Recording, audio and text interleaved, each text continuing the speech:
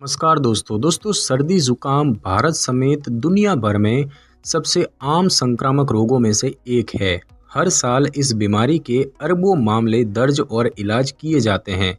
ये विभिन्न प्रकार के वायरस के कारण हो सकता है। हालांकि राइनो वायरस इनका सबसे आम प्रकार है। 50% सर्दी जुकाम के मामलों के लिए इस वायरस को जिम्मेदार माना जाता है। चूँकि यह एक संक्रामक बीमारी है और इसीलिए ये आसानी से हवा के माध्यम से फैल सकती है और ये बीमारी किसी संक्रमित व्यक्ति के सीधे संपर्क में आने या दूषित स्थान जहां पर वायरस मौजूद है उसके आसपास जाने से हो सकती है। और सर्दी जुकाम के सबसे आम लक्षणों की बात करें तो बंद या बहती नाक, खांसना या छींकना, हल्का बुखार, सिर दर्द और बदन दर्द, स्वाद और गंध न आना, गले में खराश और थकान। वायरस के संपर्क के करीब 2 से 3 दिनों के अंदर ये लक्षण विकसित हो सकते हैं। हालांकि अक्सर ये स्थिति लगभग 2 सप्ताह तक बनी रह सकती है और बहुत परेशानी का कारण बनती है। घरेलू उपचार और ओवर द काउंटर एलोपैथिक दवाइयाँ आम सर्दी के लिए सबसे आम उपचार के तरीके हैं, जिसके परिणाम स्वरूप अक्सर पूर्ण राहत मिलती है। होम्योपैथिक में भी इस बीमारी के इलाज के लिए बड़ी मात्रा में दवाइयाँ उपलब्ध हैं और ये दवाइयाँ व्यक्ति के लक्षण और बीमारी की प्रवृत्ति के आधार पर दी जाती है। इनमें एकोनाइटम नेपेलस, ब्रायोनिया, बेलाडोना और नक्सवोमिका जैसे उपचार शामिल है। दोस्तों बात की जाए सर्दी जुकाम के लिए उपयोग की जाने वाली होम्योपैथिक दवाओं के बारे में तो सबसे पहली है एकोनाइटम नेपेलस, जिसका सामान्य नाम मॉन्क्सवुड है। और बात की जाए कि ये किन लक्षणों में दी जाती है तो एकोनाइटम नेपेलस को अक्सर एक्यूट वायरल इन्फेक्शन के मामले के लिए दिया जाता है। ये बुखार की तरह होता है, साथ ही साथ कुछ और लक्षणों को दूर करने में मदद करता है, जैसे कि बुखार के कारण शरीर में जलन, सिर दर्द, गले में सूखापन और दर्द, गला बैठना और सूखी खांसी। एकोनाइटम नेपेलस से लाभ पाने वाले व्यक्ति अक्सर खुली हवा में बेहतर महसूस करते हैं और शाम और रात के समय और ठंड के मौसम में उनकी स्थिति बिगड़ जाती है।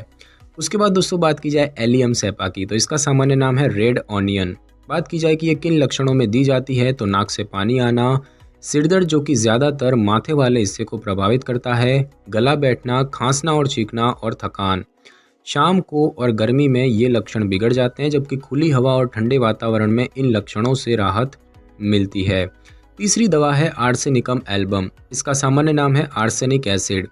बात की जाए किन लक्षणों में उपयोगी है तो सिरदर्द जो कि कोल्ड एप्लीकेशन जैसे कि ठंडे पानी या बर्फ़ की सिकाई से बेहतर हो जाता है। साथ ही साथ सूखा और सूजा हुआ गला, नाक से पानी आना, बंद नाक, रात में खांसी आना और तेज़ बुखार।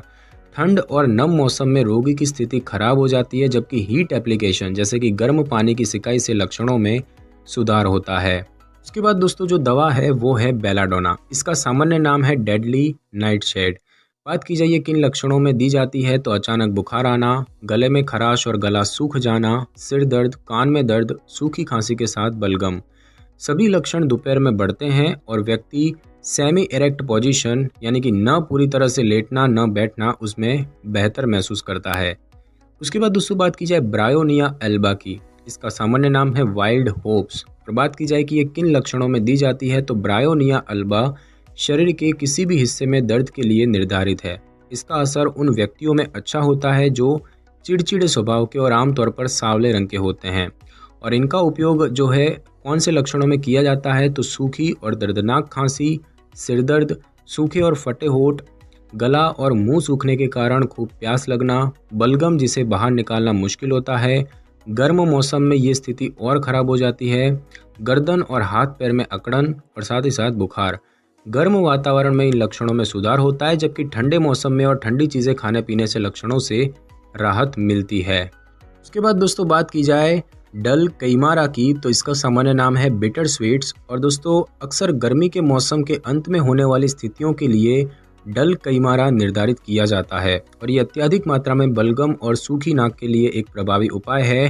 और बात की जाए कि इसे किन लक्षणों में ली जा सकती है तो ठंड के मौसम के कारण सिर दर्द, नाक से गाढ़ा और पीला बलगम आना, सूखी और बंद नाक, कान में दर्द, गले में खराश, सफ़ेद बलगम निकलना, सूखी खांसी के साथ अत्यधिक बलगम आना, हथेलियों में पसीना आना, ठंड लगने के साथ बुखार आना।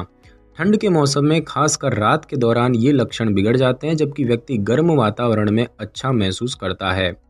उसके बाद दोस्तों बात की जाए यूफ्रेशिया ऑफिसिनेलिस की, इसका सामान्य नाम है आई ब्राइट। और बात की जाए कि ये किन लक्षणों में उपयोग की जा सकती है, तो अत्यधिक सिरदर्द, अधिक खांसी आना, चिपचिपा बलगम आना, दिन के दौरान ज़्यादा खांसी आना, रात को पसीना आने के साथ बुखार आना और ठंड लगना। व्यक्ति अक्सर शाम के समय और गर्म हवाओं के संपर्क में आने के बाद लक्षणों के बिगड़ने की शिकायत करता है, लेकिन कैफीन का सेवन बलगम के जमाव को कम करता है। उसके बाद दोस्तों बात की जाए फेरम फास्फोरिकम की, तो इसका सामान्य नाम है फॉस्फेट ऑफ आयरन। और फेरम फास्फोरिकम ब्रोंकाइटिस सहित छाती से जुड़ी स्थितियों के लिए निर्धारित है। इसके अलावा ये कुछ और लक्षणों में भी असर करती है, जैसे कि हल्के से लेकर तेज सिरदर्द, आंखों में जलन, कान में दर्द, उल्टी में खून और भोजन के टुकड़े दिखाई देना, दूध और मांस पसंद न करना, सांस लेने में कठिनाई, सूखी खांसी जिसमें गला छिलता है, व्यक्ति को दोपहर में लगभग 1 बजे बुखार महसूस होता है, रात में पसीना आना। दोस्तों रात और शाम की शुरुआत के दौरान लक्षण बिगड़ जाते हैं, हालांकि कोल्ड एप्लीकेशन जैसे कि ठंडी चीज़ से सिकाई अस्थायी राहत दे सकती है। उसके बाद दोस्तों बात की जाए जेल्सेमियम सेम्परविरेंस की, तो इसका सामान्य नाम है येलो जैस्मीन। येलो जैस्मीन उन लोगों के लिए निर्धारित है जो मांसपेशियों में दर्द, चक्कर आना और थकान का अनुभव करते हैं। इसके अलावा ये कुछ और लक्षणों में भी मदद कर सकती है, जैसे कि सुस्ती और मानसिक रूप से थकावट, सिरदर्द, व्यक्ति को लेटने पर सिर में भारीपन महसूस होता है, खांसी के साथ नाक से पानी आना, नाक सूखना, कुछ भी निगलने पर दर्द और गले में खराश होना, मांसपेशियों में ऐंठन होना, सांस लेने में दिक्कत और छाती में भारीपन। ये लक्षण सुबह के दौरान और नम मौसम में खराब हो जाते हैं, जबकि खुली हवा में इन लक्षणों से राहत मिलती है। उसके बाद दोस्तों बात की जाए हैपर सल्फर की, इसका सामान्य नाम है हैनीमैन कैल्शियम सल्फाइड। तो दोस्तों हैपर सल्फर कमज़ोर मांसपेशियों के साथ गोरी त्वचा वालों के लिए अनुकूल है और ये अक्सर ज़्यादा बलगम आने की स्थिति में निर्धारित किया जाता है। इस उपाय का इस्तेमाल कुछ लक्षणों में किया जाता है, जैसे कि पसीना आना, साथ में सिरदर्द, आंखें लाल होना और उनमें दर्द होना, गले में खराश और नाक बहना, खांसी के साथ मोटा बलगम, भोजन निगलने में कठिनाई, गले में खराश और दर्द जो कि कानों की ओर बढ़ता है, ठंड और शुष्क हवाओं के संपर्क में आने पर अत्यधिक उबासी और खांसी, खुली हवा में बाहर जाने पर ठंड लगना, रात को पसीना आना। ये लक्षण ठंडे और शुष्क मौसम में खराब होते हैं, जबकि गर्म मौसम में राहत मिलती है। उसके बाद दोस्तों बात की जाए कैलियम बिक्रोमिकम की, तो इसका सामान्य नाम है बाइक्रोमेट ऑफ पोटाश। और दोस्तों बात की जाए कि ये जो उपाय है ये श्लेष्मा झिल्ली यानी कि मुंह, नाक और गले की अंदरूनी परत उसको प्रभावित करता है। कैलियम बिक्रोमिकम के जरिए कुछ लक्षणों से छुटकारा मिल सकता है, जैसे कि सिरदर्द, विशेष रूप से आंखों के ऊपर माथे वाले हिस्से में, बाएं कान में तेज दर्द, नाक से पानी निकलना, बंद नाक, नाक से गाढ़ा पीला हरा बलगम निकलना, गले में खराश, शाम के समय सांस लेने में कठिनाई और कर्कश आवाज़।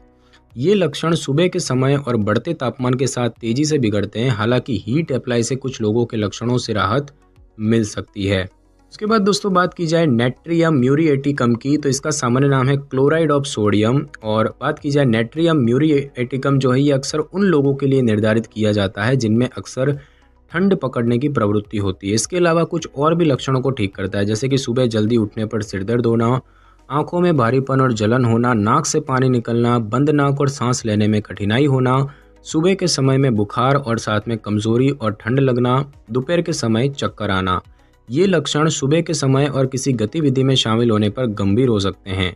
ठंडे मौसम और खुली हवा में लक्षणों से राहत मिल सकती है। और दोस्तों बात की जाए नक्स वोमिका की, तो इसका सामान्य नाम है पॉइजन नट। नक्स वोमिका पतले सक्रिय व्यक्तियों में अच्छी तरह से काम करता है। इसके अलावा कुछ और लक्षणों में भी मदद करता है, जैसे कि सिरदर्द, ज़्यादातर आंखों के ऊपर वाले हिस्से में, और साथ में शोर, रोशनी और गंध के प्रति अति संवेदनशीलता, रात के समय नाक बंद हो जाना जिससे कि सांस लेना मुश्किल हो जाता है, गले में खराश, खांसने पर छाती में दर्द होना, सूखी खांसी, ठंड लगना और साथ में बुखार आना। सुबह के समय शुष्क और ठंडे मौसम में लक्षण बिगड़ जाते हैं, जबकि आराम करने पर शाम के समय में इन लक्षणों से राहत मिलती है। उसके बाद दोस्तों बात की जाए पल्सेटिला प्रेटेंसिस की, इसका सामान्य नाम है वाइंड फ्लावर। इसके लक्षणों की बात की जाए तो पल्सेटिला प्रेटेंसिस ऐसे संवेदनशील व्यक्तियों पर अच्छा असर करता है जिन्हें बात करते समय आसानी से रोना आ जाता है। ये श्लेष्म झिल्ली को प्रभावित करने वाली स्थितियों के लिए एक प्रभावी उपाय है।